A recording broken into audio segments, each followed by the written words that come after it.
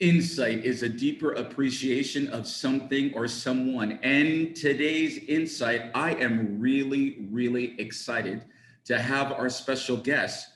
Who are they? Where are they? Are you there? Hello? Hello? Hello. Ah! Nice to Our see you. special guest for Insight. Thank you very much, teacher, for joining Insight. Now, for those individuals, I know who you are, but for those individuals that do not know who you are, please introduce yourself. My name's Adriana from EnglishTeacherAdriana.com. I'm an English teacher. I'm from Australia, and I'm living in Croatia. And what a great introduction, isn't it? It's so hard to always introduce yourselves. That's pretty much it, I think. I love it. Well, thank you, Adriana. Thank you, teacher Adriana, for joining. All right, so I got a couple personal questions for you. You're Australian and you currently live in Croatia. How did that happen? I was young, dumb, and why not? So pretty much I've been saying that for a few years now because I finished my master's degree and I got given the opportunity to travel to France. And during my bachelor's and high school, I come from a Croatian background. So I don't know, a few summers we'd been traveling to Croatia. I liked it. We had some family here. And then I'm like, okay, why not try living there? Like, instead of starting and getting a job, working 9 to 5, getting a mortgage, settling down, like, okay, I'm single now. Why not? Might as well try it. Instead of living with regrets, I wanted to try something. And 10 years later, I'm stuck here now. I love it. I love it. And it's interesting because I like what you say, like living with no regrets. And we'll talk about that later because I think it really does have applicability as it relates to English learners. So with that being said, before we get into like teacher questions, I got a couple quote unquote personal questions for you. Not too personal, but here we go. Question, teacher Adriana, what's your favorite color? Oh, my favorite color. Oh wow, I like all different. I like pastel colors, so pastel blue, pastel purple, pastel yellows, and okay, one pastel purple, pastel purple. Yep. Pastel purple. Okay.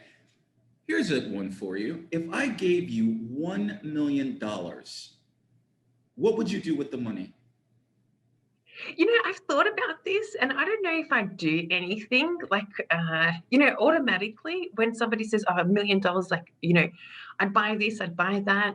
Like, I'm pretty happy with my life, and I don't know, I'm happy with the quality of my life. I don't really define my happiness by possessions, so I Mm, wouldn't feel a need. Like, I drive a really uh, standard car, let's say, a modest car. It's an Opel Corsa, Holden Corsa. And I don't want to have a fancy car, so I know I wouldn't buy a car. Maybe I'd like to travel a little bit, but I'm pretty happy with the travel that I do at the moment. I'd probably, like, with that amount of money, maybe think of a way of reinvesting it into a charity that could maybe generate more money so that I could help people. So maybe something with shelter or education. And I don't know, this is just so complex, but I think that maybe to create more meaning with that money and mm, helping people. I'd like it ideally to help children, maybe through education, young children that, everybody should have a nice start to life. right. Maybe giving them people in communities where they don't have access to schools, maybe build a school, but also provide them like some food to eat and some sort of counseling services. Because, yeah, anyway, I don't know. No, It's such I a like. complex topic, but Yeah, I like that because you're talking about philanthropic activities. You're talking about, children. You're talking about whatever you did do with the money that you would do it to like help someone else and particularly children. And I really love that. I think it's important, particularly, everything going on in the world right now. They normally say children, the children are our future. So I like that. yeah, like, and think of it like that. Maybe, and this probably sounds like, on the Miss Universe when they say giving back to our charity. Literally, I wouldn't stop working and I'd continue working. I think me and my husband would both. And then like maybe I would take something to reward myself, but like I can't exactly say 100% is going there. But I think I'd rather create meaning and like an added value to give my life or future generations just like some sort of purpose. I like Yeah. that. I like that. I really do. All right. So, Teacher Adriana, the You can call me question. just Adriana, I am, please. I am, but there's a reason why I'm going to call you Teacher Adriana. I'm going to call you Okay. Adriana, but Teacher Adriana, i.e., Adriana. Why did you become a teacher? Is it something that you knew at a very young age, or why did you become a teacher? And what do you love about it, if anything? It's really weird. Like I actually teaching English was my backup plan. So before I moved to Croatia, I always have like backup plans for everything, and I drive my husband insane. I'm like, what about this? Like I don't know. Anyway, so when I decided that I'd move here, like when enrolled in university, I first enrolled international relations, bachelor's of international relations, because I really like politics and humanities. But then when I came for a holiday here, I'm like, yeah, in Croatia, you need connections. I don't think I'd have that much connections to work in politics and that. So then I changed to international business. And then I thought, while I was doing my undergrad, I also did my CELTA, so Certificate of English Language Teaching to Adults. And then I'm like, if I don't find a job in business, I can always do teaching. But that was when I was about 18, 19 years old. But going back 9 years. So I played tennis at a very high level in Australia. Oh, At one wow. point, I was in the top 50, 100 in Australia. Oh my God, congratulations. I love tennis. Oh my God, congratulations. Okay. And then after I had a back injury at about 14, 15. And at about 14, 15, either you make it or break it. And at 14, 15 in Australia, it's like, okay, you have to decide what you're going to do, not what you're going to do with your life. Well, anyway, I was in that situation. Like, what am I going to do with my life? What am I going to study? Am I going to go to university? This, that. Before that, I was always telling my parents, like, you have to go to uni. And I'm like, I'm just going to play tennis and be a tennis coach the whole time if that doesn't work out. And then I really thought about it. And then I told my dad, look, I think it's time for me to quit playing tennis, but maybe we can go to coaching. So I started Mm, coaching, and that's where I started teaching, not English. But do you know how hard it is to teach on a court with like rackets and everything? mm, Anyway, at about 14, 15, I did my teacher training. And this really helped me a lot when I did my CELTA and also today. I know it's a different, like you're teaching a sport, it's not a language, but still you're managing a classroom. A lot of the teaching techniques we went through in CELTA, I actually excelled in that because I had gone through the Victorian Tennis Teachers Association training already, and I had on court experience and probably kids with rackets on the court. And I passed that, or I went through that whole process a lot better than some other teachers who had previously many years of teaching experience, but just not, let's say, these new methods. mhm. Anyway, I've always liked working with people, so that's why it's one thing to take a teaching course and to become a teacher, but I generally like teaching and meeting people. I remember like going back to when I was teaching children, like it was just nice to see tennis, sorry. It was nice to see them making progress, being happy, and seeing their development.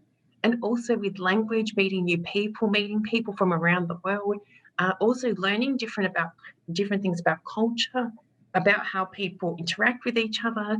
And I think for me, even though I am a teacher, I also feel a lot of times like I'm a student because Mm-hmm. every time I learn and adapt, and I think that's for me why like I had those opportunities it was something like a backup plan, but Right. I've continued with that because it's given me so much opportunity to learn. And I think that's why it's so interesting for me because I can continue to learn and develop, improve myself Right. by teaching. Yeah. Right. Well, no, that's first of all, very quickly, that's an insight because I'm an avid tennis fan. So I did not know. So thank you for sharing that. That's an insight. We don't talk all the time, we talk periodically. So being a tennis fan, I have to ask you, Martina or Chris, who's your preference? I don't follow tennis at the moment, so I could just give you a random name, but Okay, I'm so some strange. tennis players, male or female, that you When I liked. was Marat Safin, loved Okay, watching him play, okay. smash his racket. Serena, sorry, I liked all the players with anger management problems because tennis is such a like nice sport and a posh sport, and then, like I wouldn't say I'm the poshest person out there, Okay. and then I'm just like, yes, these people add some life to the game. Serena Williams, really liked watching her playing. Goran Ivanisevic, I Oh liked watching him yes. playing. Rafael Nadal, also, he's good. Pat Rafter. So there's a lot of Rafter. people from the past when I was Yes. growing up. Now I'm not. Unfortunately, I don't play much these days. Right. I'm. It's actually sad, but I like tennis. I'd like to play, but I. Maybe in the It's weird. It's future. like, Maybe in the future. No, it's funny because yeah, I love Serena, and when you said, Marat Saf and Rafter, those are champions in the past and Nadal, who's still playing, Roger. I like fought Roger. So no, that's an insight. So, okay, I like how you said that you became a teacher because it's a backup plan. And then also, as much as you are a teacher, you consider yourself a student. And I think that's, at least from my own perspective, I think it's important because a lot of times, people, at least in my experience, people assume that just because you're a teacher, you're the teacher. It's like, no, I learn something every day from students. So I love that fact. So you've been teaching for a while now. Let's say, here's a question for you. What suggestions or advice do you have for, let's say, people listening to this video, for aspiring teachers? I mean, you teach online, you're on various different social medias, you're making an impact. But let's say, for example, I'm a teacher that's just getting started, whether I want to do it online, whether I want to do it face to face or in university. What suggestions do you have for aspiring teachers that you we, offer? Are there any particular skills that you say, hey, you might want to consider this or this? in what field? In teaching the Teaching students? English, ESL teaching, or teaching English as a second language, whether they do it face to face or online. We all started out somewhere. So even if everybody starts somewhere, and just put yourself in your students' shoes some of the times and understand, okay, what are their needs? How can you help them?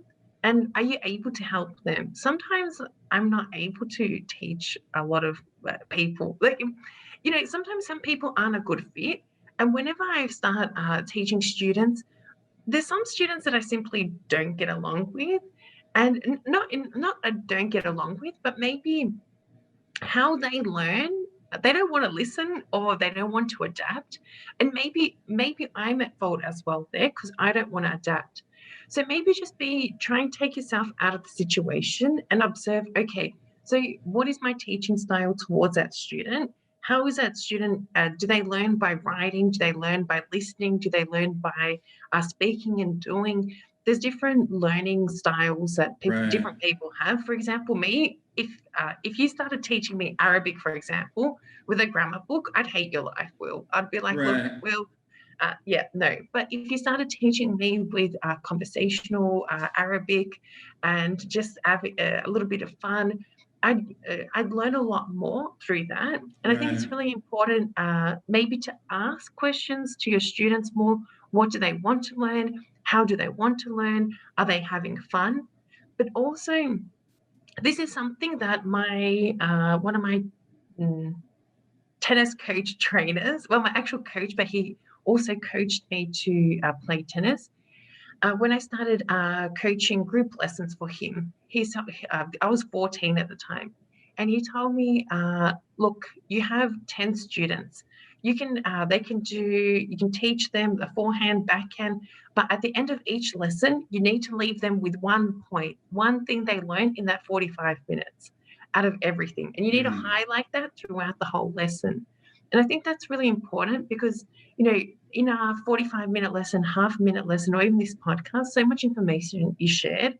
But if you highlight one point throughout it all, it will stick. And Mm. I always say consistency is key. I So, agree. yeah. Did No, I answer your question no, or you did I go definitely off topic? did. No, no, you definitely did.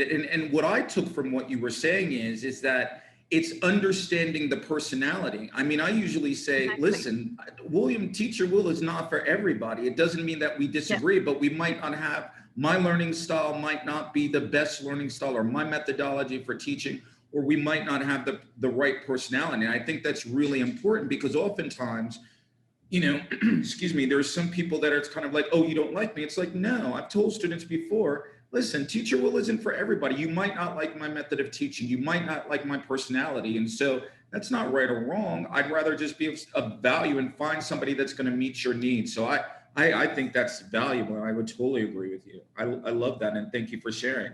So here, okay, so now, Adriana, I'm going to pretend I'm your student for a moment. I have some general questions. Teacher Adriana, I'm scared. I know that speaking English is important. I want to speak. I really want to speak. How can I overcome my fear of speaking? Any suggestions to have? Because I know it's important, but I'm afraid. Where do you live? I live in William Land. William Land. In William Land, they speak English or another language? No, they speak Williamese.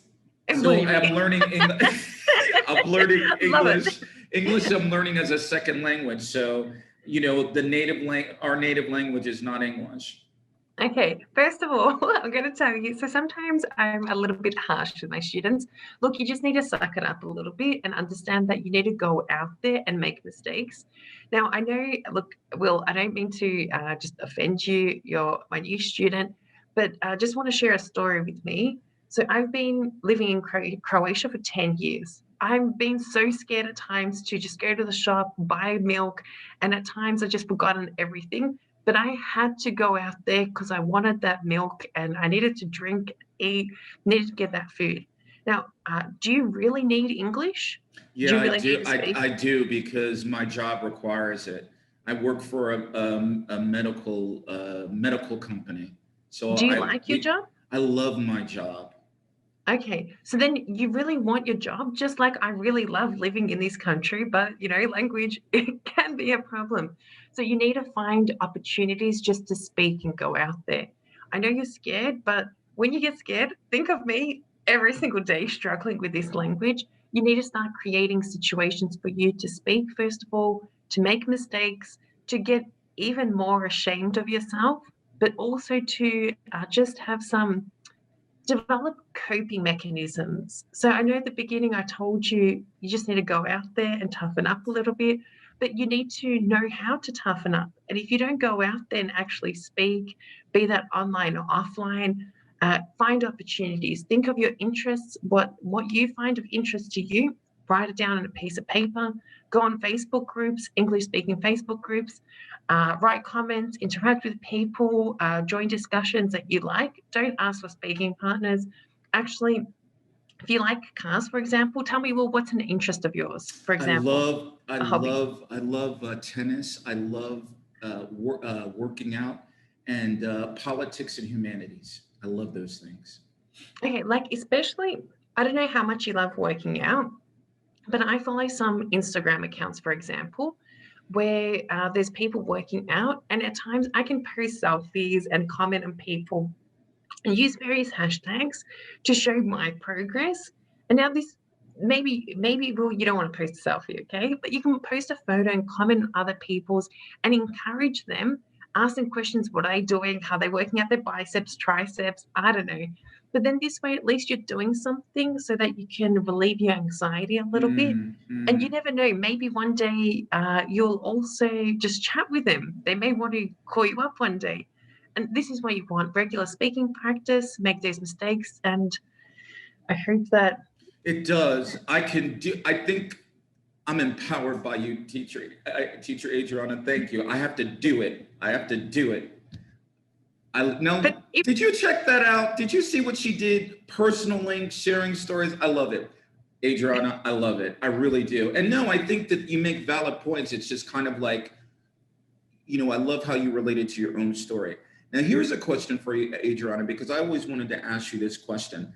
Let's briefly talk about grammar. A lot of our students, I'm sure, grammar, is it important? Is it not important? So my question to you is, what is your approach to grammar and in terms of like teaching grammar? Because there are a lot of learners I have within the ATW family they're afraid of grammar. They don't think grammar is important. So I just wanted to get your thoughts and opinion. Grammar, its What, necessity, and then more importantly, like, how do you teach it? what do you mean by afraid of grammar? I And it's have a some students tell me that I am afraid of grammar. I've had some students tell me that that the language, all grammar is, excuse me, whether it's verb tenses or conditional statements, they will say to me, William, I'm afraid of grammar, or they'll say to me, I don't need grammar. And so I just want to get my approach has always been, or usually been, it's not that grammar is not important. It depends on how you are taught and how you learn the grammar. But there are people that I know that are they either hate grammar or they're afraid of grammar, and they do not. As a follow-up, they're afraid sometimes to speak, not only because they're afraid of making mistakes, but because they say grammar prevents me from speaking. So I just wanted to get your okay. overall I thoughts and understand. Yeah. got it. Okay. So for me, maybe my answer directly reflects how I teach and my learning experience, how I learn anything, and especially languages. So, if anybody listening at the moment, if you can understand 70 to 90% of this conversation, I will tell you at the moment that grammar is not important at all. Forget about your grammar books, forget about everything, because this is really generalistic. I need to ask you a direct question, like some questions, how you learn. But if you learn grammar in school, like fill in the blanks exercises, maybe I know a lot of people from former communist countries, from a lot of Arabic countries, Vietnamese countries, or yet Asian countries are very stereotypical here, but a lot of parts of the world, all they did in school was learn grammar, complete fill in the blank exercises, and the English was based on doing these sort of exercises. Now, I need to tell you that I was found in the same situation. When I moved to Croatia, I enrolled in a language school here, and it was really strange. So I was able to understand, I couldn't understand the TV shows and movies. I could have conversations. I could talk more than just get by. I could have a conversation, but it was a little bit hard. I wasn't fluent, I would say. But my listening and speaking skills were all the way up here at a really high level, but my grammar was down here. Now, why I'm telling you not to focus on grammar and why I have this other learning method that I'm going to talk about a little bit later is because when I was in this class and I saw this imbalance with other people that had really high grammar skills, but no, they couldn't understand, couldn't speak, you know, I was just sitting in the class and like, what's better? Knowing how to score high on a grammar test, but not being able to speak when you leave this classroom, or being able to speak and not scoring that, like, I got about 70% on a grammar test, and they were drilling my head in. It should be like 90%. I'm like, dude, 70% is pass in Australia. We pass at 40% at unis. Like, I can't believe you have 70% here. Anyway, that's another story. They're 70 or 60%. I had the biggest breakdown. I failed a grammar test because I was like 59%. Woohoo! And my friend's like, that's a fail in Europe. I'm like, anyway. But my grammar was really bad. But I managed to fix up my grammar because I realized the more I immersed myself in the language, what I started to do was I started to read the daily news in English. I started to watch TV shows, but I started to analyze how grammar was being used and analyze how vocabulary was being used. And I actually, I suggest, again, going back to if you can understand 70 to 90% of this recording, forget about the grammar rules and everything, because your biggest problem is the application and the use of grammar. So you're struggling with articles, with prepositions, so a and the, of, on, off, etc., by, this, that. Also with the perfect tenses. And you can go ahead. If you want to go ahead, memorize all the rules, just like the other students in my class, in the Croatian class, you'll score high in the test. Out in the real world, you won't get a job. Maybe you will. But I just remember being in that class and like, hey, dude, I want to get employed in this country. I want to be able to talk to people. And this is my goal. But I'm not saying that grammar is not important. So while you are immersing yourself in everything, how I teach in my programs is I go through like this. I develop learning programs. So I do have a grammar course so that we're understood, teaching the essentials of grammar so that my students can always go back to it and refer to see, okay, if I really, I don't know, for some reason I just have a brain freeze on simple past, I want to go back and just refresh my memory. This is what you should be doing, going back to rules and refreshing your memory, but not memorizing. But when you're going through, I suggest that you start thinking. So a lot of cultures also don't teach this. I think this is the beauty of being brought up in Australia, America, in an English-speaking country. Basically, we're used to, in our education systems, critically thinking and analysing, asking questions. And I think that you should begin by immersing yourself in the language, but also critically analysing texts for grammar and for vocabulary, and then just going through and highlighting, say, okay, this is a present perfect here. This is used because this X, Y, Z. This is an article there. Why is a being used? Why is not the being used? Why is it an and? Why isn't it off here? Ask yourself these questions. And if you don't really know the rule, then go back to that grammar book or grammar course. That's how I suggest that you learn grammar if you can understand a lot of English. Now, but even if you are at a beginner level, I'm just assuming that a lot of your listeners and followers aren't at this level. I still think that phrases is better. So I'm not like, it is good to go through the basics of grammar, but I really think that even at a beginner or intermediate level, to always be reading, immersing, analyzing, going back. So going through that text or going through that resource, watching this video again, thinking about it, you're really stuck, go and have a look at that grammar book, that grammar course, and then continue. Because I know a lot of people, your students that say grammar is just, it's scary, I don't know, this, that. It's because they're so caught up on the rules. Like, I agree. I'm sorry, Adrian. I agree 100. It's funny because I did a video on my YouTube channel. It's like 1 + 1 = total English. In my experience, so many people are so used to the rules. And I'm like, if you know a rule, but you're not able to explain it or use it in context, why bother? First learn grammar in situation context. You and I are learning grammar now, but you said the magic word, at least for me. So thank you for that. What did you say? You said immersion. And I think to your point, because a lot of people watching or listening to their video, they're learning English as a second language or foreign language. And because of their culture, educational system, they're exactly what you said. They're so focused on the rules. Learn, you don't have to be afraid of it. It's how you learn it. That's what I normally tell my students. It's not that it's not important. People have various degrees. It is important. Right. I mean, people say, right, it is important. We know that, but it's kind of like how you learn to me and how you use it. And I love the word that you said, So thank you, Adriana.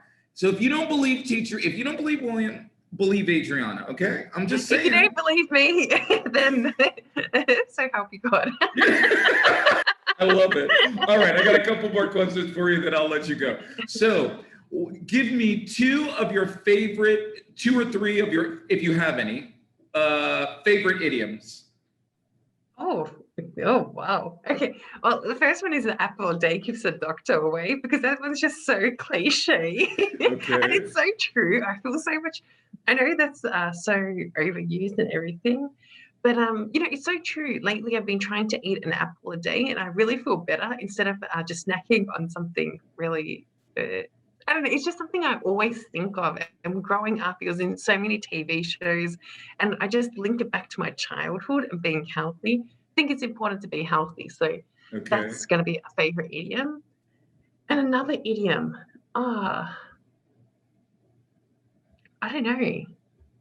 Okay, that's what I said. One or other. Okay, that's fine. That's fine. No, I'm really sorry to say this because, it's interesting. I never used to think, if anybody's listening at the moment, I know a lot of my students also get caught up on idioms. How many should you use? Oh, yes. How many are there? When do I use them? Right. Yeah. And for me, they sort of just come naturally to me. And that's why when you ask me this question, I just automatically, because this an apple a day keeps a doctor away, I really use this like every day, because especially now, I'm trying to eat a lot of apples just to stay healthy with protein and everything. Right. And I don't know, when I'd hear it, I'd be like, I love that one. I use it a lot.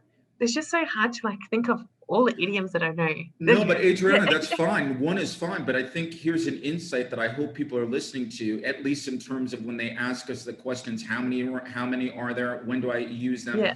What I think that you've highlighted to me, and I hope people listening to this quote is that when you have a emotional or attachment to it, you associate idioms with things that you do. So I like Yeah. that, right? Because it's like, oh, well, if I'm saying an apple a day keeps the doctor away, or one of my favorite idioms is walk the walk, talk the talk. So See, I love that one see, too. okay, Now that that's you your said second one, right? it. So, but again, I think what's important is, and I hopefully people listening got that is that yes, there's so many idioms out there. You learn idioms, English, whatever it is, you learn idioms and language. That's something that you're going to use. At the end of the day, what's the point of learning like 100 idioms if you're not using any of them either for personal or professional reasons? So And I think idioms also, like, this idiom that you chose, like walk the walk, talk the talk, it's just like your personality. yes, And this, an apple day keeps, like I told you, that was my favorite idiom because at the moment I'm trying to eat healthy. And right. this is like my personality. Like it's me, it's not you, it's not somebody watching or listening. And then if you find yourself in that personality, then you can use it. And I think really like with any words, vocabulary, phrasal verbs, like I always tell my students, when you hear someone speaking and they're using like really fancy words or just like a lot of slang and it just sounds weird because it's not them, like they're fake almost. Like you want to be like that. So when you're learning idioms, also just think, hey, is this me? Does I it? love that. I love that. I love that. All right, Adriano, let's have this conversation. We're both native English speakers. That's great. English is a global international language. That's fine. Here's my question to you. Overall thoughts as it relates to, what's how let's say, for example, I'm from William Lane again, and I want to learn English. What are your thoughts as it relates to accent, pronunciation? Which comes first to you? I mean, like I normally tell my students, at the end of the day, if you desire to sound more native like and have a native accent, that's fine. That's your choice. You might have to given certain situations, right? There are some people out there that believe that accent is part of your identity. And there are other students out there that believe that, no, I have to have a native speaking accent, whether I aspire to it, whether it's a necessity or whatever. So what are your thoughts on accent, pronunciation? Are they the same? Are they different for you? And what do you, in your programs and class, what do you do? What do you teach? What's your perspective and thoughts on it? At the moment, I'm confused with this. Everyone's talking about this. I'm not confused. Like I have my sort of theories Well, give on me your this. theory. What's your theory? I think people just overcomplicate it. Dude, okay, like English is just such a global language and we have so many different accents. Like now, because I've been living in Croatia and Europe for a while, I know that in a lot of countries, the British and American accent is preferred over Canadian, Australian, New Zealand, South African, and different other Right. English accents. And I can understand why some people feel that, I want to have an American, I want to have a British accent. If you are living, for example, if you're Croatian living here and you've only ever heard the American accent, that's just really stereotypical example. I'm being really stereotypical when I'm saying this. But, as a native English speaker, I'm just like, dude, why? Like, go, um, maybe it's easy to say go to Australia, go to New York, go to Melbourne, Sydney, go to even small towns in Australia, and I'm pretty maybe in America as well. I can't No, think of definitely. America they've been. Right. Yeah. You have so many immigrants, so many different accents. Like even I'm from Australia, right? I have an Australian accent, but there are so many different types of Australian accent, different types of dialects. I think it's really important to speak clearly, to clearly pronounce your words. So I know this sounds really, if you're really struggling with your accent, people can't understand you, start by opening your mouth a little bit more, shadowing people, and speak slowly. Okay, that's what I'm doing at the moment, so that you can, so that my message is clear, so that you can all understand and you can leave this recording with that message. So Hmm. we do it as native English speakers as well. and to emphasize clarity, and you should be doing this as well. I don't think there's any right or wrong accent personally, because I don't know, I don't want to change my accent. Well, personally, I love your accent, but I don't love it that much to want your accent. No offense. Like None I can't. taken. None taken. No, I think, Adrian, the reason I asked that question is the following. And again, I think, you know, I agree with you. I love the fact that you say your accent's your own. And I've been thinking about this. I mean, ultimately, I usually say it's like, listen, at the end of the day, for me, the goal of English or any language is to communicate your thoughts, Yeah, ideas clearly, yeah, proper enunciation. But I, at least from my perspective, I do want to be honest, at least honest to myself. I think there's a lot of learners out there when it's the industry. And let me preface by saying, content providers, teachers, language institutes have the right to do what they want to. So I would never say what they should do or not do. I'm only relating it to my own experience.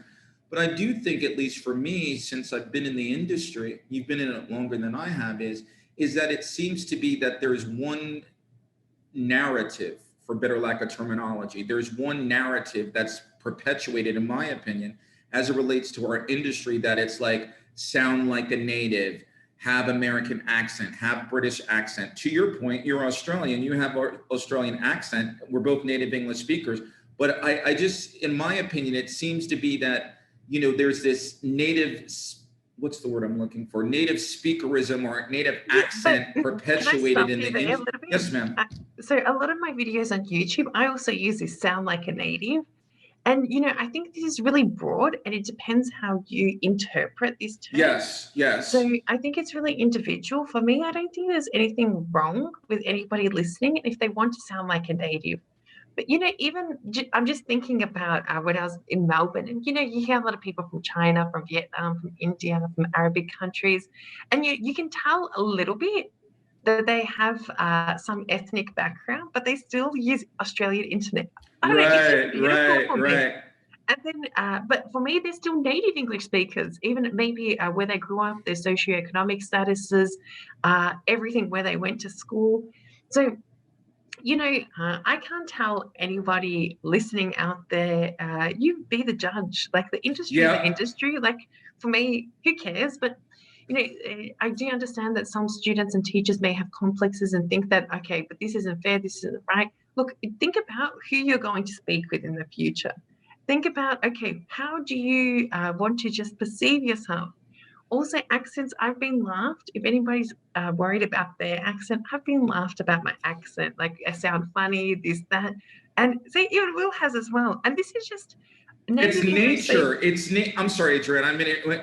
Two But quick we points. look at it. It's natural. And again, again, I want to be clear. I'm not saying people can do whatever they want to do. For me, my whole thing is this. I normally tell people this, to your point, Adriana. Listen, focus with clarity, focus with pronunciation, be confident in the language, okay? If you aspire to have whatever accent you have, if you want to have a native accent one, figure out which one you want. It takes months, it takes years, shadowing and copying, whatever. So again, whether it's you, whether it's anyone out there, I'm not saying to anybody like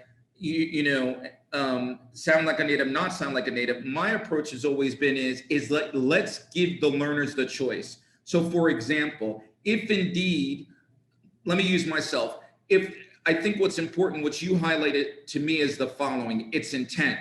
If somebody, and it's intent and interpretation. If somebody desires to sound like a native or sound like an Australian, whatever it is, if they have desire to have a particular accent, that's fine.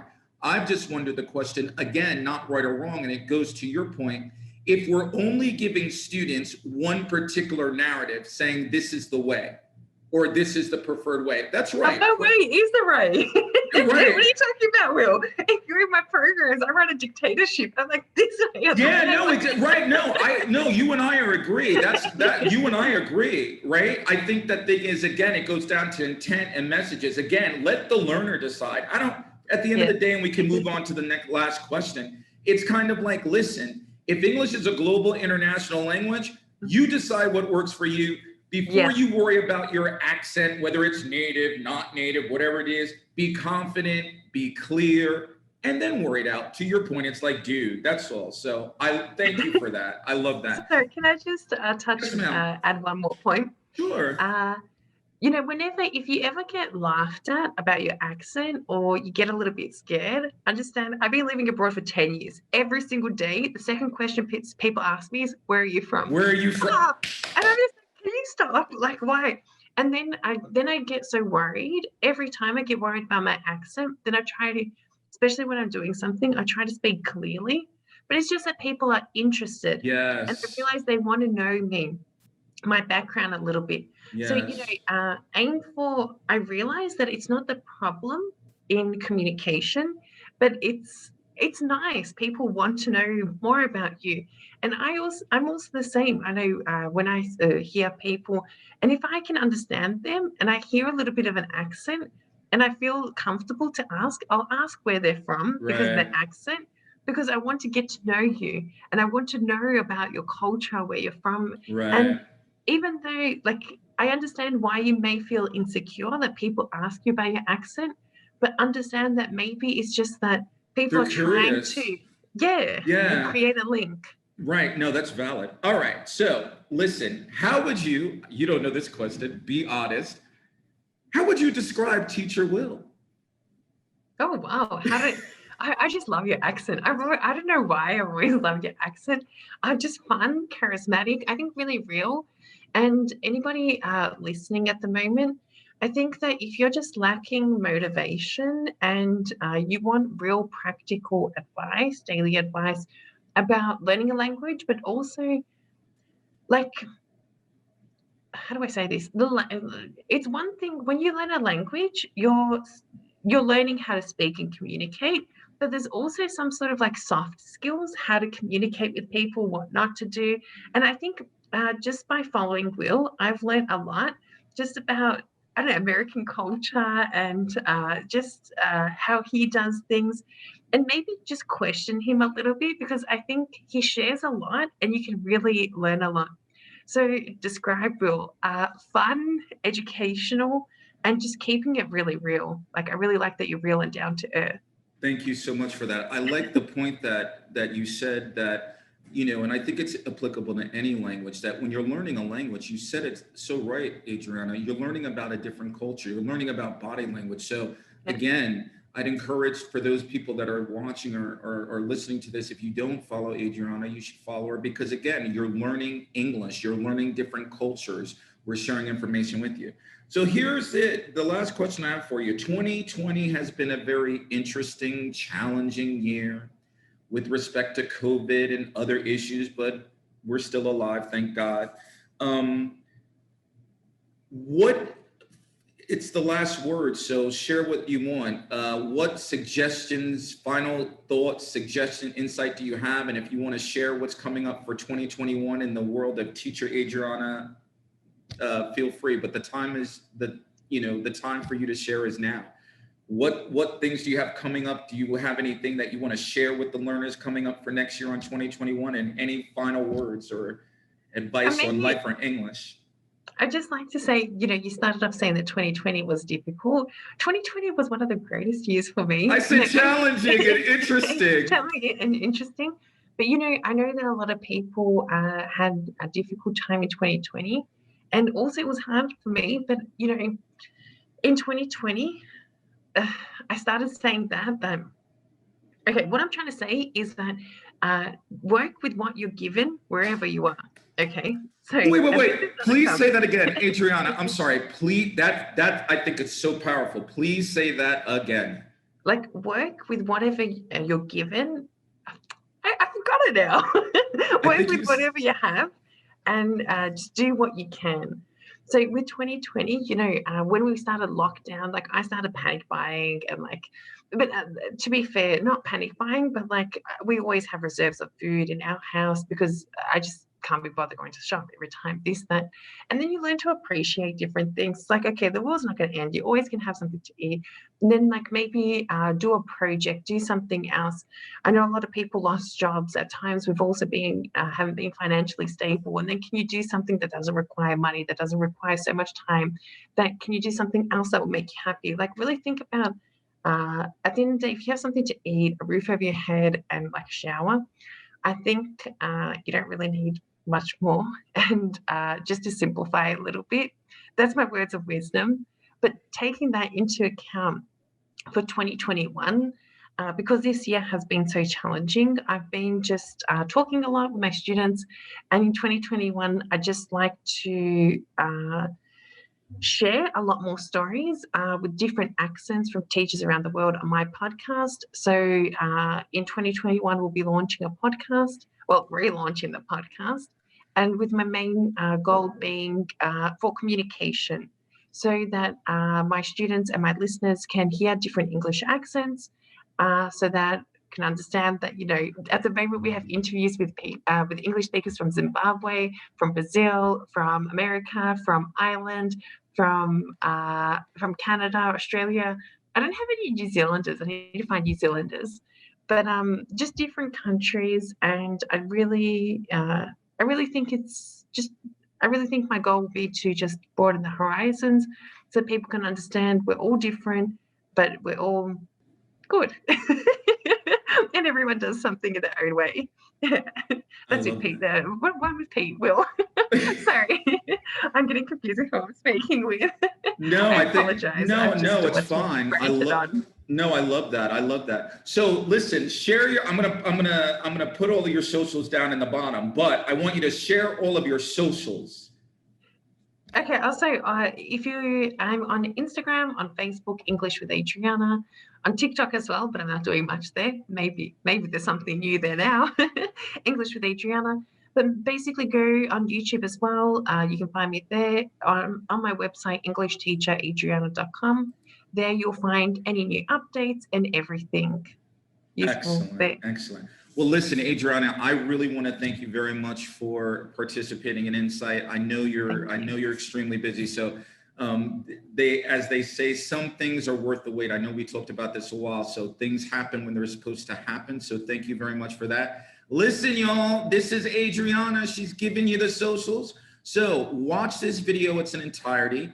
And after you watch it, feel free to make comments. And more importantly, after you watch it, ask yourself the question, what did you learn? And if there are tools not tools, excuse me, if there are pearls of wisdom, hey, apply it to your own life. Thank you very much, Adriana. Everybody signing out. Thank you. Goodbye. Thanks. Bye.